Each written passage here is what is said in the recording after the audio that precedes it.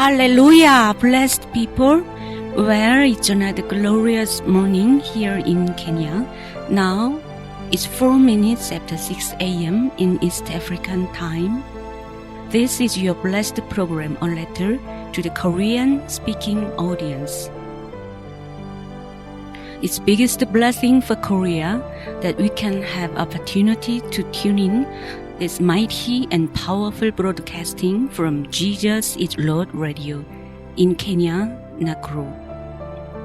So wherever you are, beloved listeners, welcome all of you. My name is Pastor Professor Hannah Jo.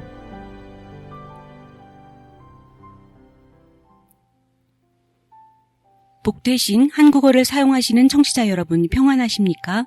지금은 한국 시간으로 2019년 11월 13일 정오 12시를 조금 넘기고 있습니다. 갚을 길 없는 주님의 은혜로 오늘도 여러분께 인사드리는 저는 회개와 거룩함 사역회 Jesus is Lord 라디오 팀 목사 조한나입니다. 방송을 청취해 주시는 분들, 유튜브 채널 주님의 길을 예비하라를 시청해 주시는 분들, 여러분 모두를 주님의 이름으로 환영합니다. 오늘 전달드릴 말씀은 지난 시간에 이어 11월 1일, 2일, 3일 나이로비 우타왈라 재단에서 있었던 말씀 폭발 집회 설교 중 11월 1일 설교해 주신 내용의 세 번째 시간이 되겠습니다.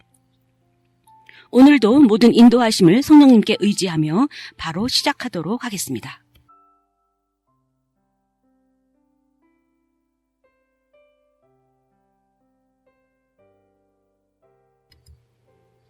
아브라함은 오랜 동안 수년간 완벽히 자녀가 없었습니다.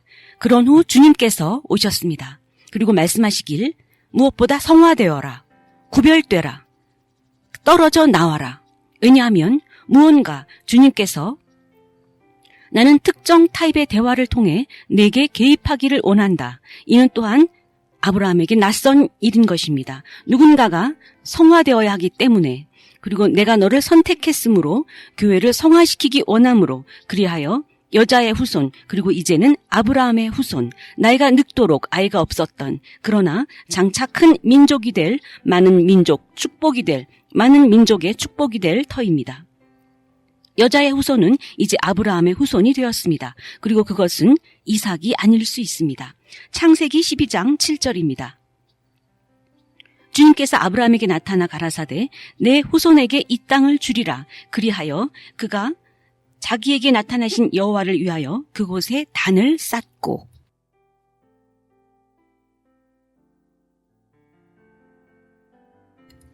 창세기 13장 15절에서 16절입니다. 보이는 땅을 내가 너와 내 자손에게 주리니 영원히 이르리라. 내가 내 자손으로 땅에 티끌 같게 하리니 사람이 땅에 티끌을 능히 셀 수 있을진데 내 자손도 세리라. 어떻게 가능합니까? 그는 아들이 없습니다. 창세기 15장입니다. 3절에서 6절입니다. 3절 아브라함이 가로되 주께서 내게 씨를 주지 아니하셨으니 내 집에서 길리운 자가 나의 후사가 될 것이라. 여호와의 말씀이 그에게 임하여 가라사대 그 사람은 너의 후사가 아니라 내 살과 피에서 내 몸에서 난 자라야 내 후손이 되리라 하시고 그를 이끌고 밖으로 나가 가라사대 하늘을 우러러 뭇별을 셀 수 있나 보라. 또 그에게 이르시되 내 자손이 이와 같으리라. 아브라함이 여호와를 믿으니 여호와께서 이를 그의 의로 여기시고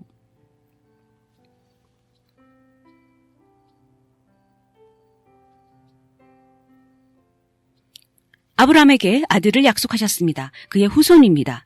그를 한 민족이 되게 할 축복입니다. 아브라함의 후손을 우린 지금 다루고 있습니다. 그 성화시키시는 분, 구속자께서 아브라함의 후손이 된 것입니다. 창세기 15장 18절 그날에 여호와께서 아브라함으로 더불어 언약을 세워 가라사대 내가 이 땅을 애굽강에서부터 그 큰 강 유브라데까지 내 자손에게 주노니 곧 겐 족속과 그리스 족속과 갓몬 족속과 헷 족속과 브리스 족속과 르바 족속과 아모리 족속과 가나안 족속과 여부스 족속의 땅이라 하셨더라. 아브라함의 후손 그것이 약속입니다. 구속자 오셔서 당신을 성화시키실 분. 아들이 없었고 주님께서 아들을 약속하셨습니다. 그리고 그 후손을 위해 땅을 봅니다. 이곳에 있는 누군가를 구속할 특별한 땅입니다. 여호와께는 매우 중요한 땅입니다. 2개의 중요한 산이 그곳에 있습니다. 그 땅에 대한 약속을 보겠습니다. 창세기 15장 2절입니다. 아브라함이 이르되 주 여호와여 무엇을 내게 주시렵니까? 나는 무자하오니 나의 상속자는 이 다메섹 사람 엘리에셀이니이다. 4절입니다. 여호와의 말씀이 임하여 가라사대 그 사람은 너의 후사가 아니라 내 몸과 피에서 날짜가 내 후사가 되리라 하시고 5절 그를 이끌고 밖으로 나가 가라사대 하늘을 우러러 뭇별을 셀 수 있나 보라. 또 그에게 이르시되 내 자손이 이와 같으리라. 아브라함이 여호와를 믿으니 여호와께서 이를 그의 의로 여기시고 또 그에게 이르시되 나는 이 땅을 내게 주어 업을 삼게 하려고 너를 갈대아 우르에서 이끌어낸 여호와라. 그가 가로되 주 여호와여 내가 이 땅으로 업을 삼을 줄을 무엇으로 알리이까? 여호와께서 이르시되 나를 위하여 3년 된 암소와 3년 된 암염소와 3년 된 수량과 산비둘기와 집비둘기 새끼를 취할지니라. 아브라함이 그 모든 것을 취하여 그 중간을 쪼개고 그 쪼갠 것을 마주 대하여 놓고 그 새는 쪼개지 아니하였으며 솔개가 사체 위에 내릴 때에는 아브라함이 쫓았더라. 해질 때에 아브라함이 깊이 잠든 중에 캄캄함이 임함으로 심히 두려워하더니 해질 때에 아브라함이 깊이 잠든 중에 캄캄함이 임함으로 심히 두려워하더니 여호와께서 아브라함에게 이르시되 너는 정령이 알라 내 자손이 이방에서 객이 되어 그들을 섬기겠고 그들은 400년 동안 내 자손을 괴롭게 하리니 그 섬기는 나라를 내가 징치할지며 그 후에 내 자손이 큰 민족을 이끌고 나오리라. 너는 장수하다가 평안히 조상에게로 돌아가 장사될 것이요 내 자손은 4대 만에 이 땅으로 돌아오리니 이는 아모리 족속의 죄악이 아직 관영치 아니함이니라. 해가 져서 어둘 때에 연기가 나는 풀무가 보이며 타는 횃불이 쪼갠 고기 사이로 지나더라. 여호와께서 아브라함으로 더불어 언약을 세워 가라사대 내가 이 땅을 애굽강에서부터 그 큰 강 유브라데까지 내 자손에게 주리니 그날에 여호와께서 아브라함으로 더불어 언약을 세우셨습니다. 주님께서 말씀하시는 것은 아브라함의 후손에 대한 것으로 첫째 그에게 그의 몸에서 난 후손을 말씀하셨고 아들입니다. 그러나 장차 오실 그 아브라함의 후손으로 인해 이 모든 것이 준비되고 있습니다. 그 오실 성화되실 분을 위하여 그 후손과 땅을 약속하십니다.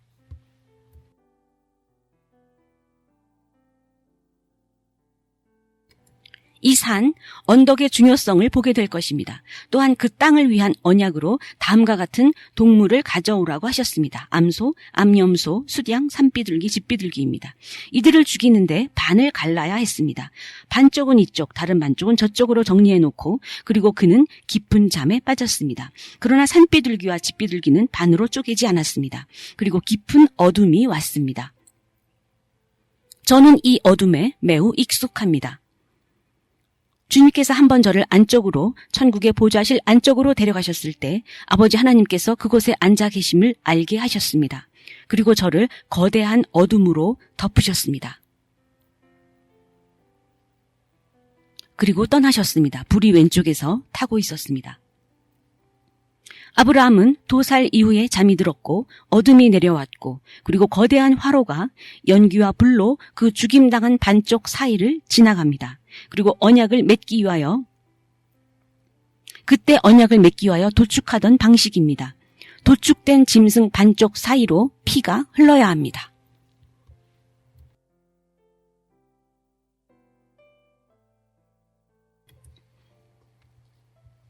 아브라함의 후손이 오셔서 할 일이었습니다.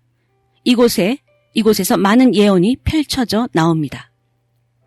언약의 화로가 그 피 가운데로 지나갑니다. 주님 자신께서 지나가시는 것입니다. 같은 종류의 연기와 불이 시내산에서도 있었습니다. 주님께서 반쪽이 난 고기 사이로 피 위로 지나가셨습니다. 그 당시에는 이것이 법을 계약하는 방식이었습니다. 우리가 계약된 이 법 아래에 같이 있다는 뜻입니다. 그 계약을 어길 시 당신이 이 짐승들처럼 도축될 것임을 의미합니다.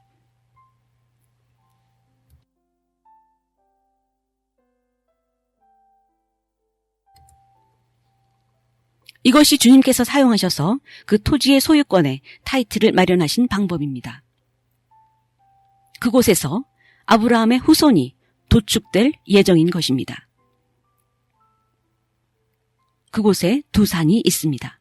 흥미로운 두 산, 모리아산과 갈보리산입니다. 그분께서 이제 그 후손과 그 땅을 위해서 언약이 세워졌다고 말씀하십니다. 여러분께 그림을 펼쳐 보여드리기 위해 창세기 14장을 더 보겠습니다.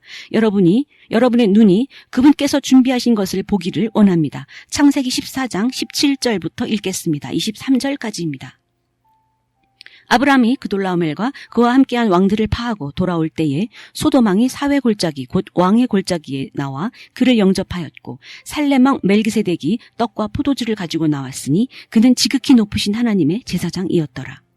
그가 아브라함에게 축복하여 가로되 천지의 주제시요 다른 성경의 버전으로는 하늘과 땅의 소유주이시요입니다. 지극히 높으신 하나님이여 아브라함을 축복하소서. 너희 대적을 내 손에 붙이신 지극히 높으신 하나님을 축복할지어다. 송축할지로다 하니 아브라함이 그 얻은 것에서 10분의 1을 멜기세덱에게 주었더라. 소돔왕이 아브라함에게 이르되 사람은 내게 보내고 물품은 내가 취하라. 아브라함이 소돔왕에게 이르되 천지의 주제시요 지극히 높으신 하나님 여호와께 내가 손을 들어 맹세하노니 내 말이 내가 아브라함으로 치북해 하였다 할까 하여 내게 속한 것은 물론 한 실이나 신들매라도 내가 취하지 아니하리라. 새로운 일이 한 가지 벌어졌습니다. 아브라함의 후손으로 가는 도중에 갑자기 멜기세덱이 등장했습니다. 그가 아브라함 앞에 나타났습니다. 룻이 다른 도시에 살고 있었는데 위기가 벌어졌습니다. 그돌라오멜이 쳐들어온 것입니다. 그는 강력한 왕이었습니다. 많은 작은 왕들이 그의 지배하에 복속되어 있었습니다. 그가 동쪽의 다른 왕에 의해 공격을 당했고 그래서 전장터에 출전했는데 그 사이에 그의 밑에 있었던 작은 왕들이 반란을 일으킨 것입니다. 따라서 그가 돌아왔을 때 그 반란을 일으킨 왕들 지역을 침공해 인질들을 잡아갔습니다. 롯이 그 인질들 중에 하나였습니다. 그래서 아브라함이 318명의 강한 용사를 조직하여 공격을 감행했고 전투에서 이겼습니다. 그리고 돌아올 때 사회 골짜기에서 갑자기 멜기세덱이 나타났습니다. 그는 떡과 포도주를 가지고 나타났습니다. 아브라함의 후손이자 성화시키러 오시는 분. 우리는 그 땅에 대한 그림을 보았습니다. 그 거룩한 땅, 언약이 발생한 땅입니다. 그리고 이제 희생제사가 등장합니다. 떡과 포도주를 가지고 멜기세덱이 나타난 것입니다. 아브라함 앞에 갑자기 어디서부터 왔는지 모르게 떡과 포도주를 가지고 나타났는데 여러분은 이제 이것이 신약에서의 새로운 언약임을 알고 있습니다. 하나님께서 약속하셨습니다. 구속자, 성화시키시는 분이 아브라함의 후손으로 올 것임을. 그래서 그가 떡과 포도주를 가지고 나왔습니다. 그리고 등장한 이분이 자신의 근거로 삼은 것은 인용한 것은 지극히 높으신 하나님, God Most High입니다. 지극히 높으신 하나님, 지극히 높으신 하나님, 그분이 멜기세덱이 인용한 근거입니다. 마치 지금 이 자리에 있는 누구와도 같습니다. 그를 근거해 주시는 분 또한 지극히 높으신 하나님입니다. 이 두 선지자가 이곳에 입장할 때에 벌어진 일들을 여러분은 다 보았습니다. 멜기세덱이 나타나 아브라함에게 말하고 있습니다. 아브라함의 후손 그리고 모든 민족이 너를 아브라함을 통해 복받을 것을 약속하셨다. 하나님께서 당신에게 약속하셨다. 이제 아브라함 앞에 떡과 포도주, 십자가와 보혈, 살과 피를 갖고 멜기세덱이 내가 나타났다. 내게 약속하신 너의 축복이 도착한 것이다.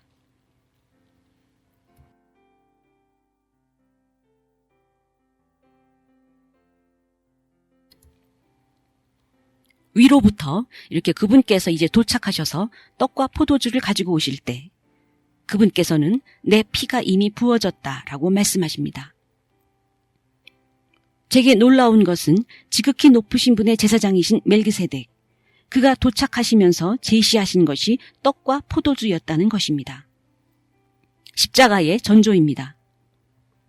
다른 편에 있는 새로운 언약, 신약입니다. 지극히 높으신 하나님의 제사장이 도착하신 것입니다. 시편 76편을 통해 하나님 아버지의 오른편에 앉아 계신 분이라는 것을 읽지는 않을 것입니다. 그는 성육신 하시기 이전의 그리스도이십니다. 베들레헴으로 나시기 이전의 그리스도. 그런데 아버지 하나님께서도 또한 오셔서 성육신 하셨습니다. 아브라함의 후손입니다. 이삭을 통해서 오실 것인데 야곱이 나타났을 때 아버지 하나님께서도 친히 오셔서 성육신 하셔서 아브라함과 함께 씨름하셨습니다. 지금 아브라함의 후손 관련을 말씀드리고 있습니다. 그분께서 후손을 약속하셨고 모든 민족이 그를 통해 복을 받게 될 작정입니다.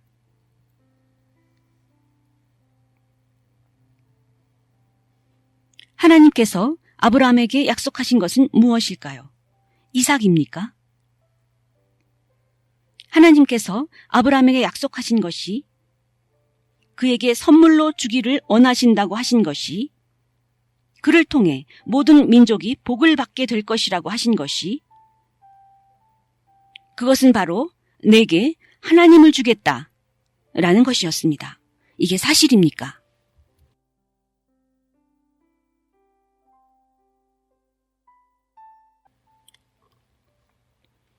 성육신 하시기 이전의 그리스도요, 성육신 되기 이전의 성자 하나님입니다.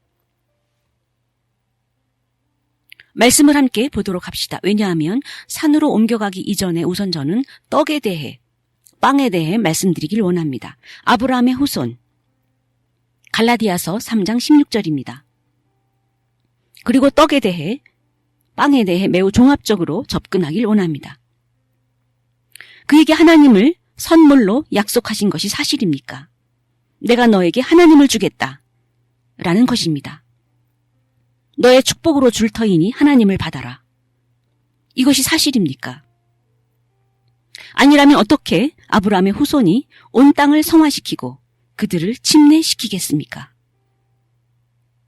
왜냐하면 바로 그것이 그분께서 의미하신 축복이기 때문입니다. 하나님의 축복, 갈라디아서 3장 16절입니다. 이 약속들은 아브라함과 그 후손에게 말씀하신 것인데 성경은 후손들이라고 여럿을 가리켜 말씀하지 않으시고 너의 후손이라고 오직 하나를 가리켜 말씀하셨으니 곧 그리스도라.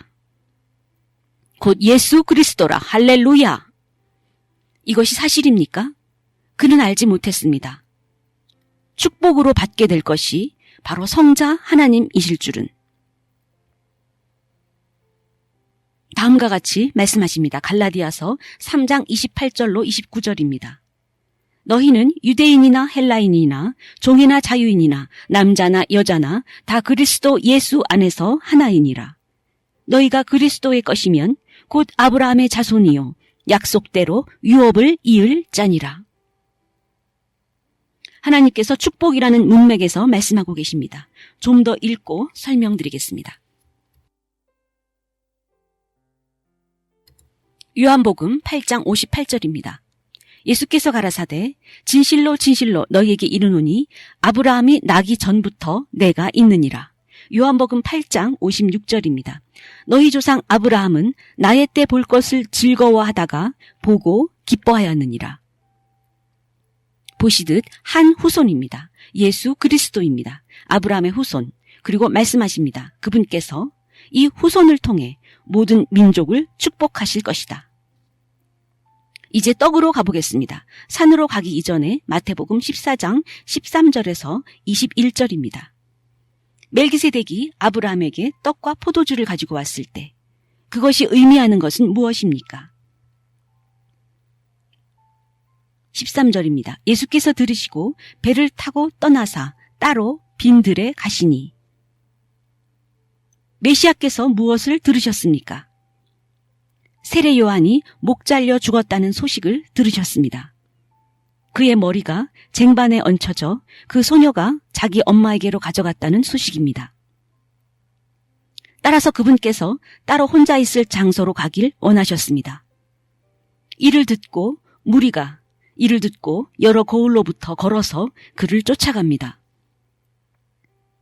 예수께서 땅에 배를 대시니 많은 무리가 보이는지라 그들을 불쌍히 여기사 그들 중에 병자를 고쳐 주시니라. 저녁이 되매 제자들이 나와 가로되 이곳은 빈들이요 때도 이미 저물었으니 무리를 보내어 마을에 들어가 먹을 것을 사 먹게 하소서. 예수께서 가라사대 갈 것 없다. 너희가 먹을 것을 주어라.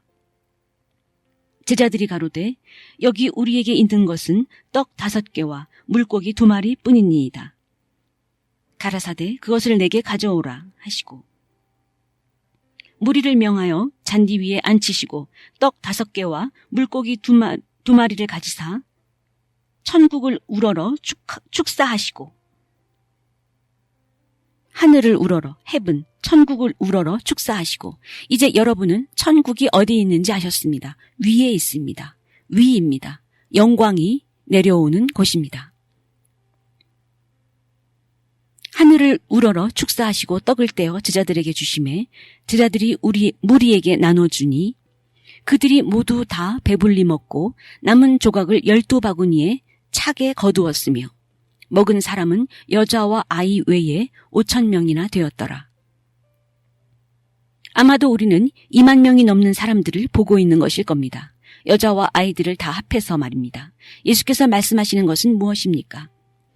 멜기세덱이 여기서 말하는 것은 무엇입니까? 그가 아브라함에게 나타나 떡과 포도주를 제시했습니다. 그때에는 그리고 지금까지도 사람들은 비에 의존합니다. 비가 와야 땅이 먹을 것을 냅니다. 그리고 보존합니다. 그러나 성경에 가뭄에 대한 기록이 있습니다. 부족입니다. 이스라엘을 이집트로 주님께서 옮겨가신 때 대기근이 가뭄이 있었습니다. 아브라함이 여기 서 있고 멜기세덱이 떡과 포도주를 가지고 왔습니다. 저주를 받은 땅에는 떡의 부족, 빵의 부족이 생깁니다. 그런데 멜기세덱이 떡을 갖고 빵을 갖고 나타납니다. 조금 더 읽도록 하겠습니다. 요한복음 6장 47절로 51절까지입니다. 진실로 진실로 너희에게 이르노니 믿는 자는 영생을 가졌나니 내가 곧 생명의 떡이니라. 너희 조상들은 광야에서 만나를 먹었어도 죽었거니와 이는 하늘에서 내려오는 떡이니 사람으로 하여금 먹고 죽지 아니하게 하는 것이니라. 나는 하늘로서 내려온 산떡이니 그 떡을 가지고 지금 아브라함 앞에 서 있는 것입니다. 아브라함 앞에서 무엇이라고 말씀하십니까? 떡과 포도주였습니다. 주님께서 교회를 성화시키시려고 하시니 말 그대로 그분을 멈추게 할 수 없습니다. 그분은 반드시 이기셔야 하고 마귀는 반드시 져야 하며 누군가는 반드시 영생으로 들어가야 합니다.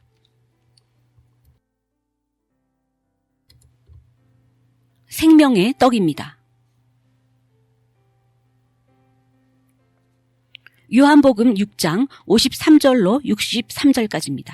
예수께서 이르시되 내가 진실로 진실로 너희에게 이르노니 인자의 살을 먹지 아니하고 인자의 피를 마시지 아니하면 너희 속에 생명이 없느니라. 내 살을 먹고 내 피를 마시는 자는 영생을 가졌고 마지막 날에 내가 그를 다시 살리리니 내 살은 참된 양식이요 내 피는 참된 음료로다. 내 살을 먹고 내 피를 마시는 자는 내 안에 거하고 나도 그 안에 거하나니 살아계신 아버지께서 나를 보내심에 내가 아버지로 인하여 사는 것 같이 나를 먹는 그 사람도 나를 인하여 살리라. 이것은 하늘로서 내려온 떡이니 조상들이 먹고도 죽은 그것과 같지 아니하여 이 떡을 먹는 자는 영원히 살리라. 이 말씀을 예수께서 가버나움 회당에서 가르치실 때에 하셨느니라. 제자 중 여럿이 듣고 말하되 이 말씀은 어렵도다. 누가 들을 수 있느냐 한대. 이를 누가 이해했겠습니까? 이는 사실 거의 카니발리즘에 근접합니다. 카니발은 사순절 금욕 생활 전에 축제처럼 한 일주일간 먹고 마시고 하던 그 카니발에서 유래했습니다.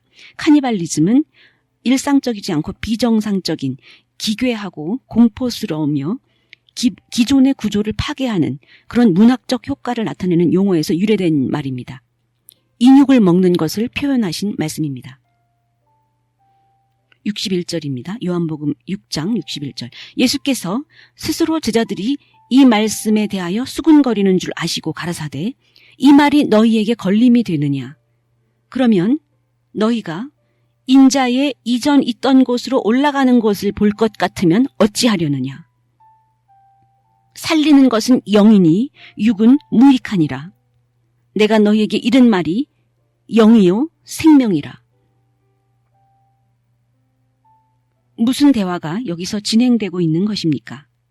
멜기세덱과 아브라함 사이에 주님께서 아브라함에게 이미 약속하셨기 때문에 즉 아브라함의 후손이 우주를 축복할 것이다. 우주를 성화시킬 것이다. 모든 사람, 모든 육을 성화시킬 것이다. 그리고 주님 앞에 사람들을 준비시킬 것이다. 약속하셨습니다. 이것이 축복이었습니다.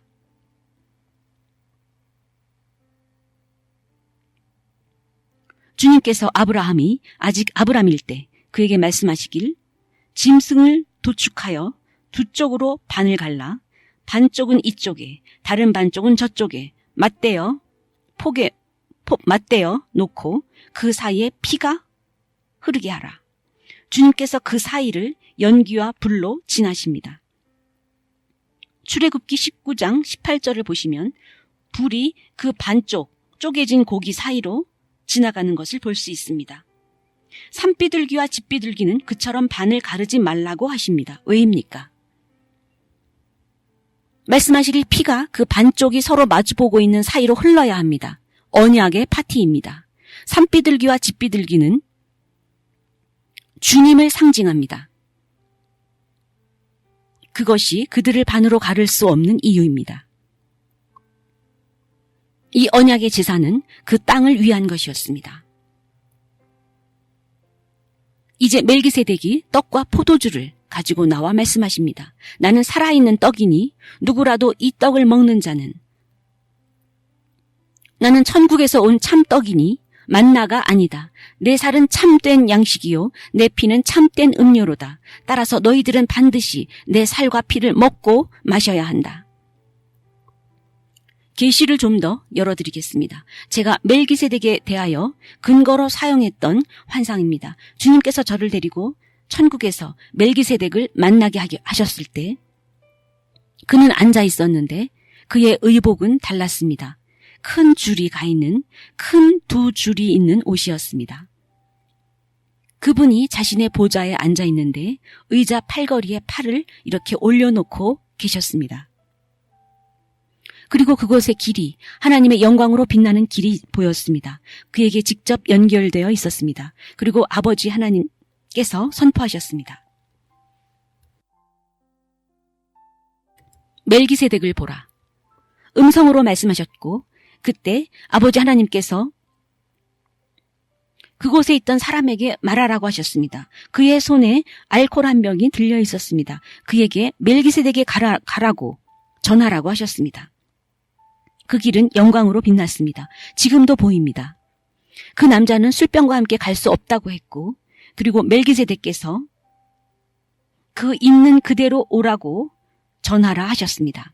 그래서 그에게 전했을 때 그는 걷기 시작했고 이어서 술병이 떨어졌습니다. 그 길로 걸어갔고 멜기세덱께서 그를 맞이했습니다. 그리고 그것이 이 땅에서의 그의 사명임을 알게 되었습니다.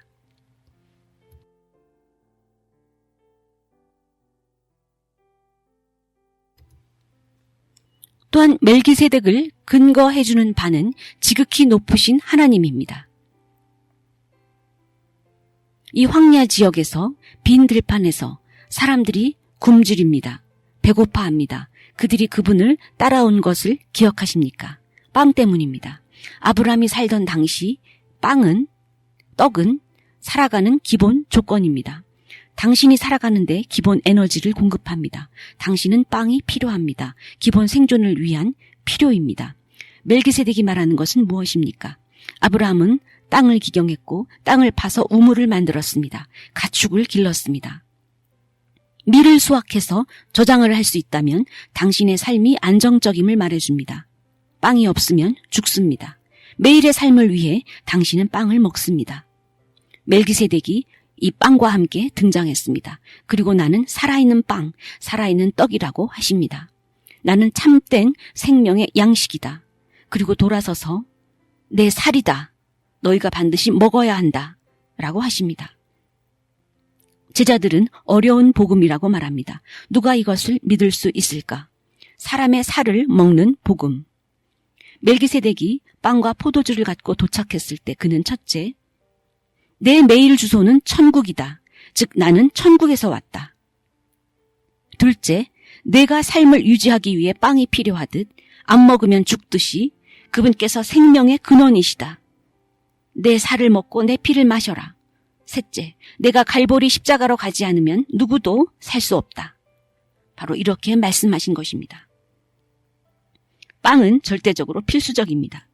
생존, 삶의 유지, 생계, 에너지, 기능을 발휘하기 위해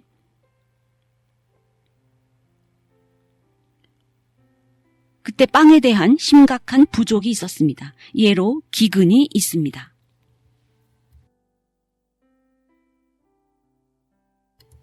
빵에 대한 심각한 부족이 이 땅에 있었습니다. 또한 우리는 천국으로부터 아무런 생명 양식이, 생명의 떡이 내려온 적이 없으므로 영적 기근이 있음을 알고 있습니다. 영적 기근입니다. 영적 생명을 위한 심각한 부족이 있는 것입니다. 타락이 발생한 이후 빵은 오지 않았습니다. 그리고 갑자기 아무 경고 없이 빵이 나타났습니다. 멜기세덱은 사실 인간에게, 아브라함에게, 인류에게 자신이 생명의 빵이라고, 생명의 떡이라고 말하고 있는 것입니다. 멜기세덱은 또한 아브라함에게 내가 가져온 이 언약은 새로운 언약, 신약을 위한 것이라고 말합니다. 그곳에서 피를 쏟아 부을 것입니다.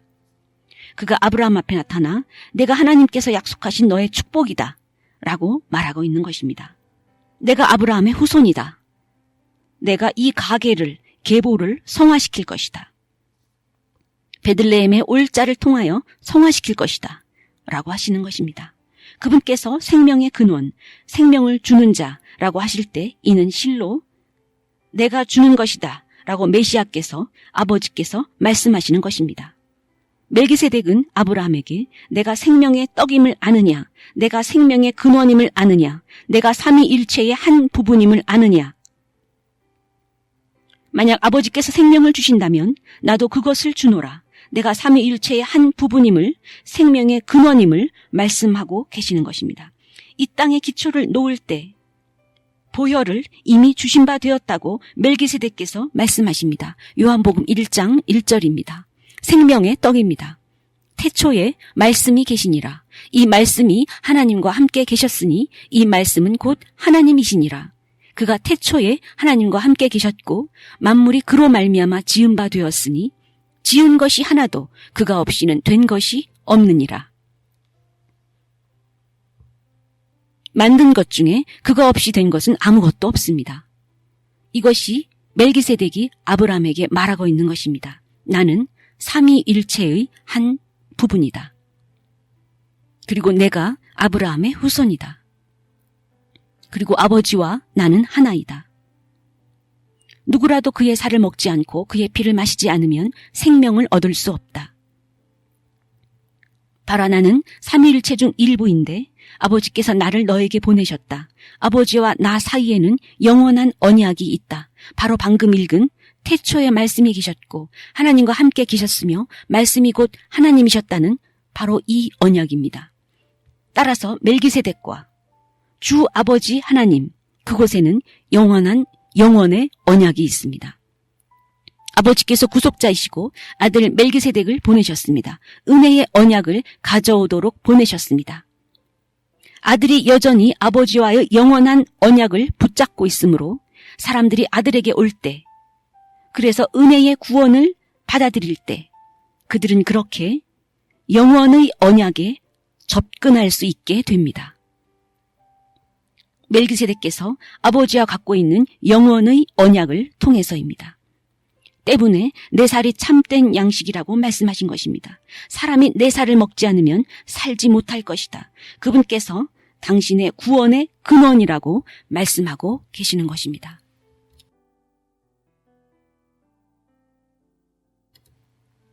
아버지 하나님께서 은혜의 구원을 그분의 삶 속에 놓으셨습니다. 오직 그 살을 먹는 자만이 영생으로 다가갈 수 있습니다. 회개하고 예수님을 영접하고 성찬식을 해야 하는 것입니다. 멜기세덱과의 대화를 이해하십니까? 이제 아브라함의 후손에 대해 드러내도 되겠습니까? 창세기 22장의 영화로운 하나님의 어린 양은 아브라함의 후손 구원자입니다. 하나님께서 구원을 멜기세덱, 즉 예수님께 놓으셨습니다. 메시아께서 다시 오실 때가 가까워지면서 주님께서 제게 노트를 쓰셨습니다. 친구가 친구에게 메모를 써주듯이 제게 써주셨습니다. 그 노트에는 멜기세덱의 날은 빛의 날로 알려져 있느니라 라고 쓰여 있었습니다. 그것을 내내 제가 읽도록 가깝게 가져오셨습니다. 그리고 읽어주셨습니다. 제게 너무도 많은 것을 말씀해 주셨는데 첫째, 멜기세덱이 그리스도라는 것입니다. 성경은 이 부분에 대해 매우 조용합니다. 침묵하고 있습니다. 가게도 부친도 없고 시작도 끝도 없이 근원을 알 수 없이 나타났다가 사라집니다. 그러나 휴거의 날이 가까이 오면서 저는 그 기도를 이해하게 되었습니다. 아버지, 저를 성결케 하시고 저들을 성결케 하소서. 왜냐하면 저들은 더 이상 세상에 속해 있지 않기 때문입니다. 마치 제가 그러하듯 아버지, 제가 이를 완수함으로 아버지를 이 땅에서 영화롭게 하였습니다. 이제 돌아가오니 제가 아버지와 본래 나누었던 이곳에 오기 이전의 그 본래의 영광을 다시 저에게 두소서. 저는 이 기도의 의미를 매우 깊이 그 노트로부터 멜기세덱의 날이 빛의 날이라는 그 노트로부터 깨닫게 되었습니다. 그리스도께서 나를 멜기세덱으로 돌아가게 하소서라고 기도하셨을 때 주님께서 그렇게 하셨습니다.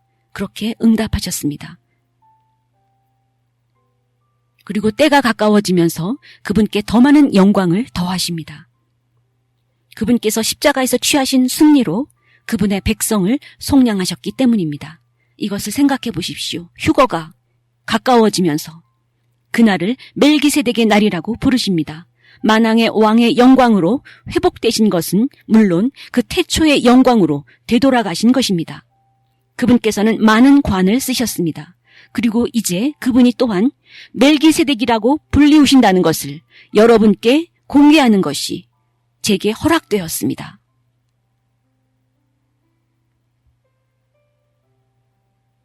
따라서 이 은혜의 구원은 오직 예수님 홀로 그분 한 분만을 통하여야만 받아들여집니다. 당신을 천국으로 데려갈 다른 인도 제사장이 없습니다. 오직 예수 그리스도 한 분이십니다. 이슬람 종교에서 당신을 천국으로 데려갈 자가 없습니다. 이제 하나님의 어린 양을 봅시다. 그럼 당신은 멜기세덱을 더 잘 이해할 수 있습니다.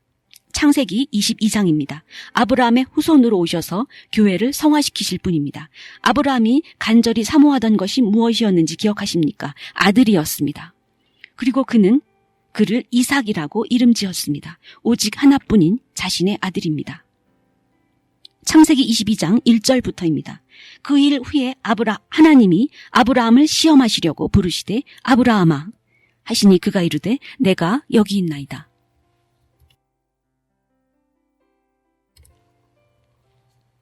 여호와께서 이르시되 내 아들 내 사랑하는 독자 이삭을 데리고 모리아 땅으로 가서 내가 내게 일러준 한 산 거기서 그를 번제로 드리라. 아브라함은 하나님께서 말씀하시는 의미를 정확히 이해했습니다. 이삭을 데리고 가서 반으로 쪼개라는 것입니다. 이것은 힘든 일입니다. 서로 모순되기에 충돌되는 말씀이기에 그렇습니다. 창세기 12장에서 아브라함을 그의 친족으로부터 옮기신 이유가 바로 이 말씀을 하시기 위함이었습니다. 주위에 가족이 있었으면 어려워집니다. 할아버지나 삼촌들이 갑자기 나타나서 그들의 주장을 펼칠 것이고 아브라함을 봉쇄시킬 것입니다. 때문에 하나님께서 그를 따로 떨어지게 했습니다. 바로 이런 일들을 해야 하셨기 때문입니다. 오직 하나뿐인 아들을 데려다가 매우 어려운 상황에서 얻은 아들입니다. 기적적으로 아들을 허락하셨고 그 위에 약속을 두셨습니다. 그런데 이제 그를 데려다가 번제로 드리라고 하십니다. 이것은 인신제사입니다. 인간을 제물로 바치는 마법적, 마술적 미신 행위가 될 수 있습니다. 그렇게 보일 수 있습니다. 하나님이 주신 자녀를 죽이라는 것입니다. 그를 통해 구원자를 데려오시기로 되어 있는 이삭입니다. 그런데 그를 꺼내오라고 하시니 가족들이 아브라함을 봉쇄했을 것입니다. 이제 그 구별을, 가족으로부터의 구별을 이해하셨습니까? 여러분, 여기 아들이 있는 분들이 계십니다. 아마 이게 하나님께로부터 온 음성인가? 그러셨을 것입니다.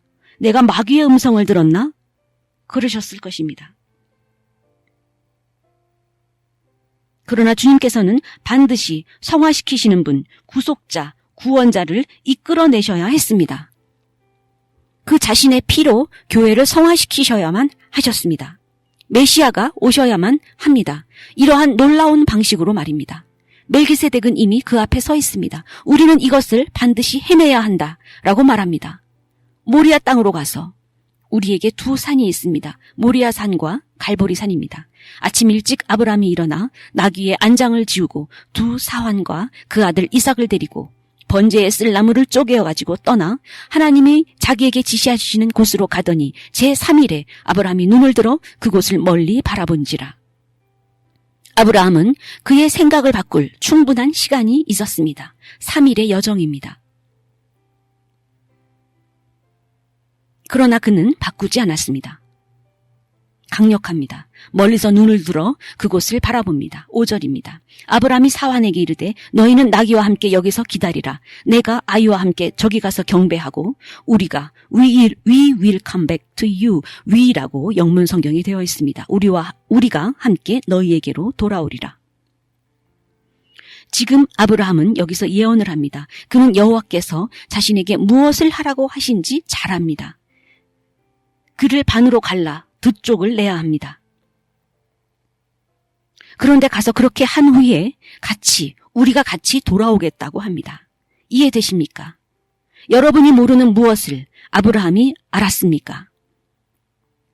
이것은 교회를 향한 큰 예언입니다. 강력한 예언입니다. 그분을 믿는 자들은 바로 그 살을 먹고 그 피를 마실 것입니다. 그들은 갈 것입니다. 그리고 그들은 돌아올 것입니다. 이것은 희생제사입니다. 고통스러운 죄입니다. 죄에 대한 고통스러운 대가, 심판입니다. 힘든 일입니다. 하인들이 알았으면 아브라함을 묻고 아이를 구하고 권위자에게 이 사실을 보고했을 수 있습니다. 이는 교회의 큰 예언이 됩니다. 8절입니다. 아브라함이 이에 번제나무를 취하여 그 아들 이삭에게 지우고 자기는 불과 칼을 손에 들고 두 사람이 동행하더니 이삭이 물어가로되 아버지여 나무와 불은 여기 있는데 번제할 어린 양은 어디 있나이까. 아브라함의 후손에 대한 강력한 예언이 여기 창세기 22장 8절에서 나옵니다. 아브라함이 가로되 아들아 번제할 어린 양은 하나님이 자기를 위하여 친히 준비하시리라. 하나님이 그에게 지시하신 곳에 이른지라. 이에 아브라함이 그곳에 단을 쌓고 나무를 버려놓고 그 아들 이삭을 결박하여 단 나무 위에 놓고 아브라함이 제단을 쌓고 그 위에 나무를 버려 놓았습니다. 이삭이 나무를 지고 모리아 산을 올라갔습니다. 또 다른 산 갈보리 산으로 예수님이 나무 십자가를 지고 올라갑니다. 우린 여기서 유사성을 봅니다. 이삭이 결박되어 제단 위 나무에 얹혀집니다. 예수님도 제단 위 나무에 매달리십니다. 저는 창세기 3장 15절 이후 펼쳐지는 모든 예언이 메시아를 가리킨다고 말씀드렸습니다. 아브라함의 수준, 아브라함의 성화된 수준, 여러분도 그렇게 성화되면 그냥 그렇게 갑니다. 여러분도 이 수준으로 성화될 수 있습니다. 이러한 종류의 성화가 바로 이런 식의 작동을 가능하게 합니다. 천국이 그를 입증한다면 어떤 인간의 증거가 그에게 필요합니까? 이삭의 성화 수준 또한 놀랍습니다. 아이가 한 일주일간 숲속으로 도망쳐버릴 수도 있습니다. 할머니가 찾으러 오면 나오겠죠. 지금의 아이들이라면 도망갔을 것입니다.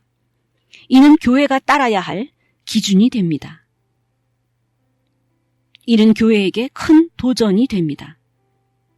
지금 교회에게 아주 큰 도전을 줍니다. 아버지, 불과 나무는 있는데 번제로 드릴 어린 양은 어디 있나요? 내 아들아, 하나님께서 친히 준비하실 것이다. 그리고 이삭을 묶어 제단 나무 위에 올려놓습니다. 아이를 붙잡아 손과 발을 묶어 끌고 가서 올려놓는데 아이가 아버지를 이렇게 쳐다봅니다. 죽음의 사망 선고가 내려졌을 때 이삭은 저항할 수 있었습니다.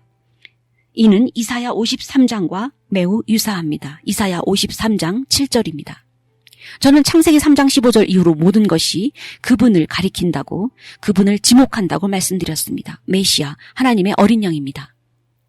이삭은 울지 않았습니다. 아이들은 대개 웁니다. 그리고 저항합니다. 이삭은 그렇게 어리지도 않았습니다. 자신을 어떻게든 보호하려 했을 수 있습니다. 믿을 수 없습니다. 이사야 53장 7절입니다. 그가 곤욕을 당하여 괴로울 때에도 그 입을 열지 아니하였으며 마치 도수장으로 끌려가는 어린 양과 털 깎는 자 앞에 잠잠한 양같이 그 입을 열지 아니하였도다. 여러분은 여기서 유사함을 보고 있지 않습니까? 입을 열지 않습니다. 이삭의 이러한 평범치 않은 순종, 반항을 거절함입니다. 그는 자신의 나무를 쥐고 올라왔습니다. 이삭입니다. 역시 유일한 독자, 그분께서 사랑하시는 하나뿐인 아들, 세례받으시고 물에서 나오실 때 성령께서 메시아께 임하시고 그때 아버지께서 하신 말씀을 기억하실 것입니다. 유일한 독생자, 내가 사랑하는, 아버지가 사랑하시는, 기뻐하시는 아들입니다. 가리키는 손가락이 보입니까? 아브라함이 말합니다. 내 아들아, 주 하나님께서 친히 자기를 위하여 희생 제물을 준비하실 것이다. 두 언덕 중 아브라함이 본 것은 어느 것입니까? 놀랍습니다. 성화시키시는 분, 아브라함의 후손입니다. 교회에 성결하는 아버지 하나님의 중심 사명, 핵심 사안입니다. 아브라함이 아들 이삭을 결박하여 제단 나무 위에 놓고 손을 내밀어 칼을 잡고 그 아들을 잡으려 하는데 그 아들을 배려하더니, 이것은 매우 힘든 일입니다. 성화의 가장 높은 수준에 이르러야만 합니다. 하나님과 함께 걷는 것입니다. 당신도 이것을 해야만 합니다. 왜냐하면 하나님께서 말씀하신 일이기 때문입니다. 보십시오. 말씀하십니다. 여호와의 사자가 하늘로부터 그를 불러 가라사대 아브라함아 아브라함아 하시는지라. 가로되 내가 여기 있나이다 하매 사자가 가라사대 그 아이에게 손을 대지 말라. 아무 일도 그에게 하지 말라. 내가 내 아들을 내가 사랑하는 독자라도 내게 아끼지 아니하였으니 이제 내가 하나님을 경외하는 줄을 아노라. 대화는 아버지 하나님과 아브라함 사이에 진행됩니다. 하나님과 이삭 사이에는 아무런 대화가 없습니다. 그 다음 무슨 일이 벌어졌습니까? 아브라함이 눈을 들어보니 아래로 옆으로 본 것이 아니라 위로 올려보았습니다. 눈을 위로 들어 살펴보니 한 숫양이 그곳에 뿔이 수풀에 걸렸는지라. 왜 어린 양이 아니고 숫양입니까? 그러나 우선 이것부터 먼저 다룹시다. 뿔이 수풀에 걸려서 잡혔습니다. 빠져나오지를 못합니다. 뿔이 수풀에 걸렸다는 것은 무엇을 의미합니까? 창세기 3장 14절로 19절입니다. 뿔이 수풀 더미 안에 걸려서 갇힌 채 옴짝달싹을 못합니다. 여호와 하나님이 뱀에게 이르시되 내가 이렇게 하였으니 내가 모든 육축과 들의 모든 짐승보다 더욱 저주를 받아 배로 다니고 종신토록 흙을 먹을지라. 이 말씀에 따르면 뱀은 본래 배로 기어다니지 않았던 것을 알 수 있습니다. 어떤 방식이든 걸어다녔는데 저주 이후에 배로 기어다니게 되었습니다. 15절입니다. 너로 여자와 원수가 되게 하고 너의 후손도 여자의 후손과 원수가 되게 하리니 여자의 후손은 내 머리를 상하게 할 것이요 너는 그의 발꿈치를 상하게 할 것이라. 또 여자에게 이르시되 내가 내게 잉태하는 고통을 크게 더하리니 내가 수고하고 자식을 낳을 것이며 너는 남편을 사모하고 남편은 너를 다스릴 것이니라 하시고, 아담에게 이르시되 내가 내 아내의 말을 듣고 내가 너더러 먹지 말라 한 나무 실과를 먹었은즉 땅은 너로 인하여 저주를 받고 너는 종신토록 수고하여 그 소산을 먹으리라. 땅이 내게 가시덤불과 엉겅퀴를 낼 것이라. 너의 먹을 것은 밭의 채소인즉 내가 얼굴에 땀이 흘러야 식물을 먹고 필경은 흙으로 돌아가리니 그 속에서 내가 취함을 입었음이라. 너는 흙이니 흙으로 돌아갈 것이니라. 수풀에 뿔이 걸렸다는 것을 이해하시겠습니까? 갇혔습니다. 저주입니다. 뿔이 숲을 덤불에 걸린 수양의 머리를 누군가는 이해할 것입니다. 마태복음 27장 29절입니다. 오시는 메시아를 위해 교회를 준비합시다. 교회가 거룩할 수 있도록, 교회가 구원을 위해 치른 대가를 깨닫도록. 마태복음 27장 29절. 그런 후 가시를 서로 꼬아 엮어 왕관을 만들어 그의 머리에 씌우고 지팡이를 그 손에 들리우고 그 앞에 무릎을 꿇고 희롱하여 가로되 유대인의 왕이여 평안할지어다 하매 그에게 침을 뱉고 지팡이를 빼앗아 그의 머리를 때리고 또 때리고 하더라. 그들이 그를 그렇게 희롱한 후 그들이 그의 홍포를 벗기고 그들이 내 주님을 수치스럽게 하고 있습니다. 다시 그의 옷을 입혀 그를 못 박으려고 끌고 가니라. 그들이 내 주님을 못 박으려 끌고 갑니다. 믿을 수 없습니다. 죄에 대한 하나님의 진노, 하나님의 법과 심판이 그를 붙잡히게 한 것입니다. 그를 생포했고 그의 뿔을, 그의 머리를 붙잡아 가둔 것입니다. 그래서 떠나지 못하게 붙잡힙니다. 지금 이것을 아브라함에게 말해주고 있습니다. 수풀에 뿔이 걸린 수량이 말하고 있습니다. 이는 하나님의 법과 심판에 의해 붙잡힌 것입니다. 하나님의 법과 진노가 이미 나를 체포했으니 내가 할 수 있는 것은 아무것도 없다. 이미 하나님의 진노에 의해 갇혔다. 이것이 내가 떡과 포도주를 가지고 여기에 나온 이유이다. 이것은 십자가에서 부서질 내 몸이다. 사람들을 먹일 것이다. 이것은 십자가에서 이미 쏟아진 내 피이다. 사람들이 마실 음료이다. 이로 인해 그들이 생명을 얻을 수 있도록. 이것이 사회 골짜기에서 멜기세덱이 아브라함에게 말한 것입니다. 요한복음 12장 27절에서 28절입니다. 이제 내 마음이 괴롭습니다. 제가 무슨 말을 하겠습니까? 아버지여, 이때로부터 저를 구원하여 주소서라고 하겠습니까? 아닙니다. 제가 온 이유가 바로 이때를 위함입니다.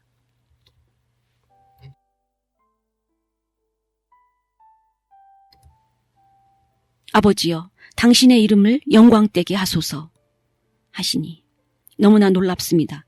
그분의 영혼이 고통으로 너무 괴로우실 때, 슬픔과 극심한 고뇌로, 절망과 거절로 괴로우실 때 그분은 홀로 이것을 감당해야 함을, 지금 반드시 인류를 구원할 희생제사를 드려야 함을 아셨습니다. 만약 이삭이 제물로 바쳐졌다면 그것은 피는 흘렸어도 단지 마술적 인신제사에 불과합니다. 그분께서는 어느 순간 갑자기 자신이 반드시 이 일을 이루어야 함을 아셨던 것입니다. 왜냐하면 예수님의 이름 외에 다른 이름 위의 이름이 하늘 위, 하늘 아래, 땅 위, 땅 아래 그 어디에도 없기 때문입니다. 예수님의 이름의 뛰어나심이 모든 것을 통치하십니다. 또 다른 이름을 구할 수 없습니다. 숲을 덤불에 뿔이 붙잡힌 수양. 마태복음 26장 39절입니다. 왜 뿔이 수풀에 걸려 붙잡혀 있는지입니다. 조금 나아가사 얼굴을 땅에 대고 엎드려 기도하여 가라사대 내 아버지여, 만일 할만하시거든 이 잔을 내게서 지나가게 하옵소서. 그러나 나의 원대로 마옵시고 아버지의 원대로 하옵소서. 하나님의 분노의 잔, 바로 고통의 잔입니다. 시편 6장 3절입니다. 왜 수풀에 수양의 뿔이 걸려 있는지입니다. 내 영혼이 심히 떨리나이다. 어느 때까지, 여호와여, 어느 때까지입니까? 저를 구원하소서. 당신의 끊임없는 사랑을 인하여 구하소서. 또한 이사야 52장 13절로 15절까지입니다. 우리가 이미 읽었습니다. 그분께서 인간의 모습보다 더 못하게 상하셨습니다. 손상되셨습니다. 그 뿔이 걸린 것입니다. 여러분의 죄가, 당신의 죄에 대한 하나님의 진노가 그를 사로잡았습니다. 그는 빠져나올 수 없습니다. 그는 그렇게 붙잡힌 것입니다. 무엇이 벌어졌습니까? 마가복음 8장 31절입니다. 이후에 우린 아브라함과 모리아라 불리우는 산을 계속 이어나갈 것입니다. 마가복음 8장 31절. 그 후 그분께서 인자가 많은 고난을 당하고 장로들과 대제사장들과 율법 선생들, 서기관들로부터 거절당하고 나아가 죽임을 당하며 3일 후에 다시 살아날 것을 비로소 저희에게 가르치시되.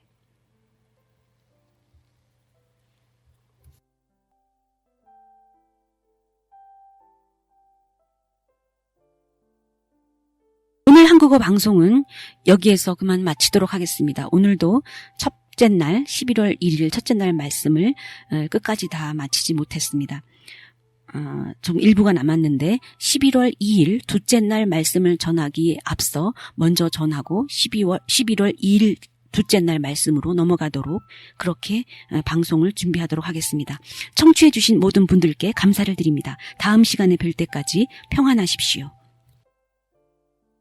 Well, blessed listeners, this is the end of today's program. It's always greatest blessing and dreadful privilege for me to host your precious program. Thank you very much. My name is Pastor Professor Hannah Jo.